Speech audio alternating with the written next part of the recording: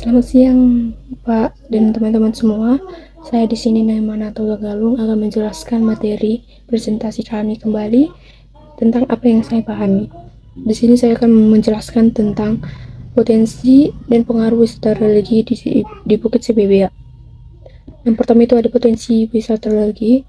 Menurut pemahaman saya, potensi terbesar di Sibebea adalah perpaduan antara unsur religi, alam, dan budayanya, di mana banyak wisatawan yang datang mencari pengalaman rohani, tetapi tidak lupa menjadikan keindahan Danau Toba itu menjadi unsur utamanya.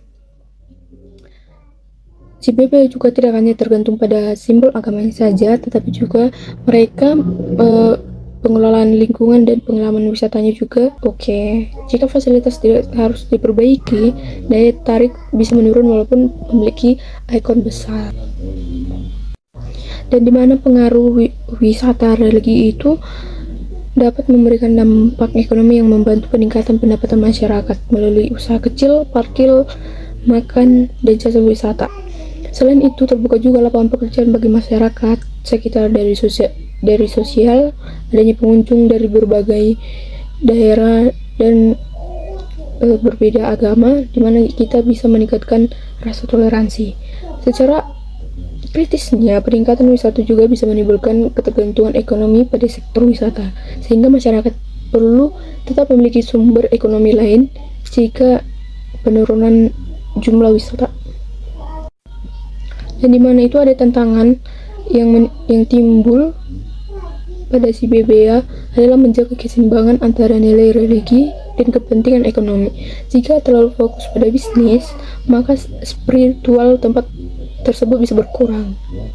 Karena itu, pengelolaan harus tetap memperhatikan budaya lokal, kenyamanan pengunjung, nilai religius kawasan, serta CBB itu harus memiliki potensi besar, tetapi keberhasilannya tergantung pada pengelolaan yang bijak dan keberlanjutan.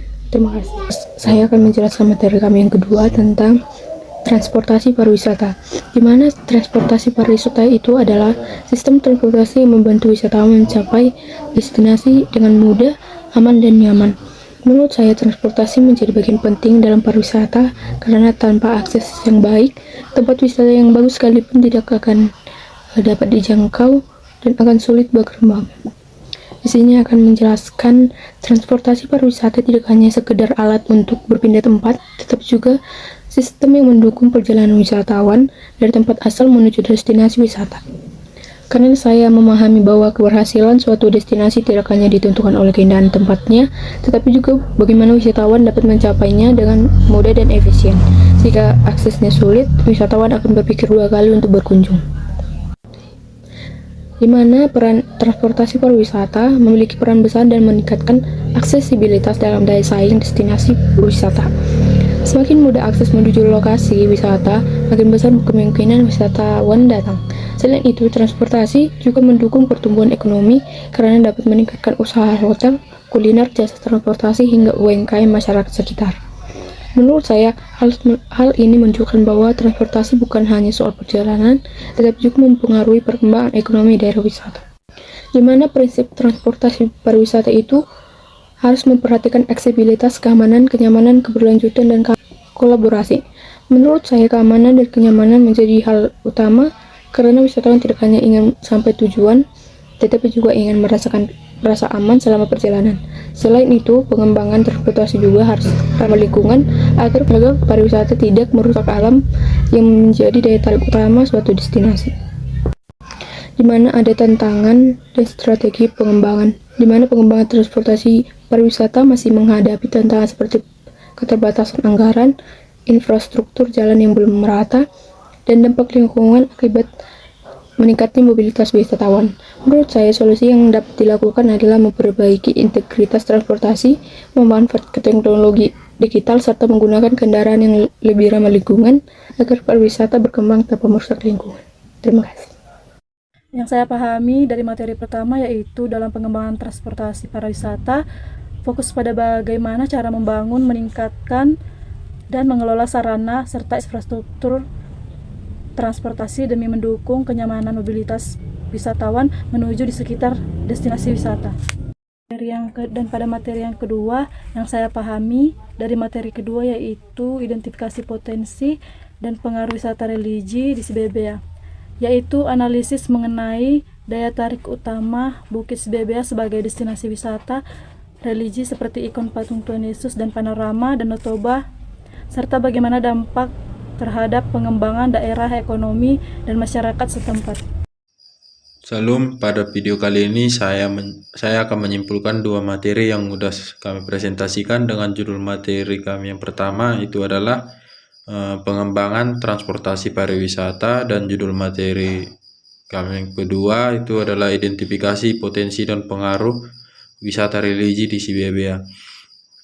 Nah, di sini saya akan menyampaikan kesimpulan menurut pendapat saya. Yang pertama itu wisata religi di Sibebea.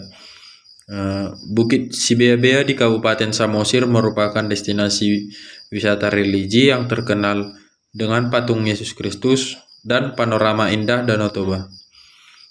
Tempat ini memiliki potensi besar karena memadukan nilai spiritual, budaya Batak, dan keindahan alam. Wisata ini memberikan dampak positif terhadap ekonomi melalui peningkatan pendapatan dan lapangan pekerjaan, serta memperkuat toleransi sosial antar agama dan budaya. Namun, pengembangannya masih menghadapi tantangan seperti infrastruktur dan risiko komersialisasi sehingga perlu dikelola secara berkelanjutan. Kemudian yang selanjutnya materi yang kedua yaitu pengembangan transportasi pariwisata. Transportasi pariwisata merupakan sarana penting untuk memudahkan wisatawan mencapai destinasi wisata. Transportasi yang baik dapat meningkatkan aksesibilitas, kenyamanan, dan daya saing destinasi serta mendukung pertumbuhan ekonomi lokal. Selain itu, transportasi juga dapat menjadi media promosi dan edukasi budaya daerah. Pengembangannya harus memperhatikan keamanan, kenyamanan, keberlanjutan lingkungan, dan kerjasama berbagai pihak.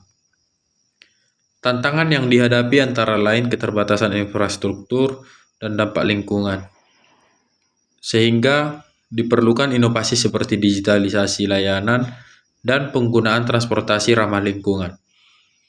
Sekian dari kesimpulan yang saya sampaikan mengenai kedua materi tersebut. Terima kasih. Salam.